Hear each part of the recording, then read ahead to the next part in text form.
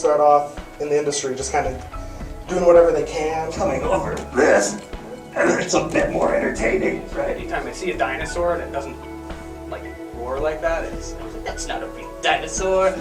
Come on. Like, you got a dream. How many of you have dreams? This kind of event is so important for so many reasons. I mean, it teaches you, how to be creative. It lets you be creative, which is awesome. I think every kid has a creative and artistic spirit. Last year, when I came to this festival and met Lance Madsey for the first time, I was thoroughly amazed at the amount of talent that I saw on the big screen. I was just beaming with pride, seeing the amount of quality. A good portion of the films that I had seen last year are stuff that would be unquestionably seen on IFC or even on Netflix. So it's always nice to see somebody like thinking out of the box or just kind of really using their mind and just making what they want to make. Accept that. It can be disappointing that you spend 6 months or a year pouring your heart and soul into a screenplay and it may never get produced. Acting should not be acting, it should be reacting. It shouldn't be like, oh, for a muse of fire that would ascend the brightest heaven of invention. You might actually want to engage somebody. You would be like, hell, for a muse of fire that would ascend the brightest heaven of invention. You actually want to be there. after the movie is shot and filmed and it goes to post-production sound, there's these one special dudes that are called Foley artists. And all they do is they watch the movie and they put in basic sound effects that they want to freshly record.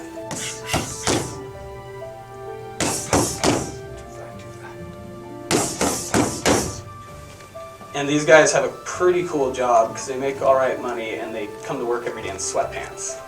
Because they don't want clothes that make that ruffling sound when they're doing something. They might be recording footsteps, but they don't want corduroy pants to be in the background making some weird sound. So what Chekhov says is, well, if you want to be if you gotta get angry or whatever, just go up to something and just, and then all of a sudden that gets the blood flowing, and you find yourself in a state where you're like, hey, dude, why are you filming me right now? I don't like that. What's going on? Critical people. You get hit with your own demons. I can't do this. We got a sheet in there. I gave you all the excuses. I'm too fat, I'm too old, I'm not good looking, I'm too short. Too many family problems. My mom wants me to be a doctor, which is good.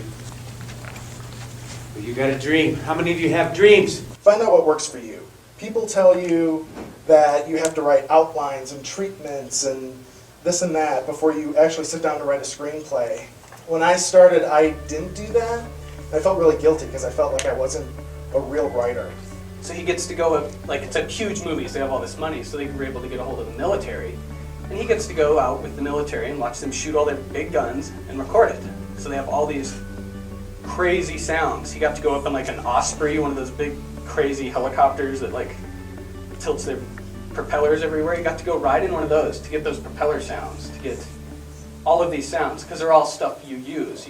You might use this wind turbine for this sound, and this propeller sound for this. And then I heard an interview with Frank Darabont, who wrote Shawshank Redemption and The Green Mile, and he was the showrunner on The Walking Dead. And he said he never writes with an outline.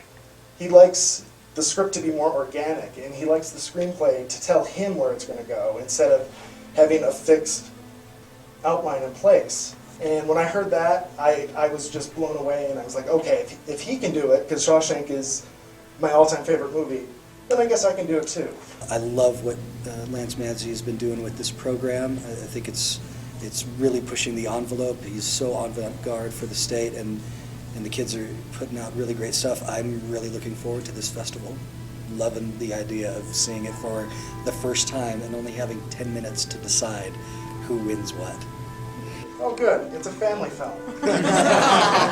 So, you're writing a logline for a family film about a gangster at the International Space Station. You've got 2 minutes.